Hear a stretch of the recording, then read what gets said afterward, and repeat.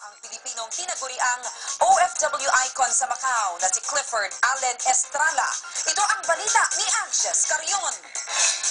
Handa ngayon ang Pilipinong gumagawa ng pangalan sa bansang Macau na si Clifford Allen Estrala.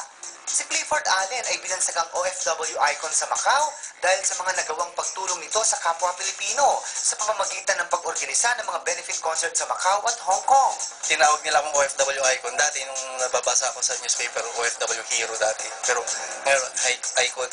Dahil nga icon, dahil marami akong natulungan na OFW, mga kababayan din natin, sa mga, lalo na sa mga turista doon sa Macau.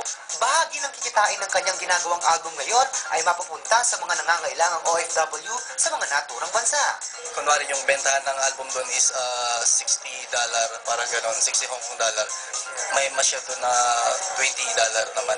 Kukunin ng $20 doon.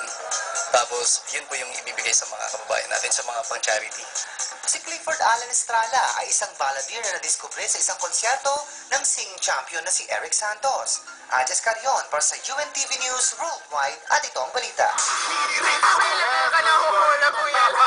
Bilang nagmamadali tayo. Good morning po sa inyong lahat. Yes, mga kapusa, good morning. Siyempre. O, congratulate ko muna si Clifford Allen Estrala, yung OFW icon for his very successful mini concert in Beijing. Kasi Wow, siya nagko-concert sa Beijing, China. iba't ibang country sa mga OFWs natin.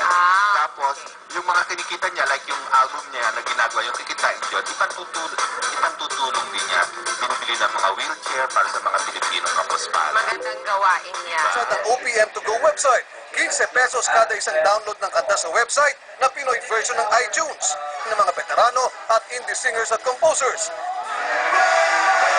Sinuportahan ni Clifford Allen at iba pang baguang artist ang OPM Web.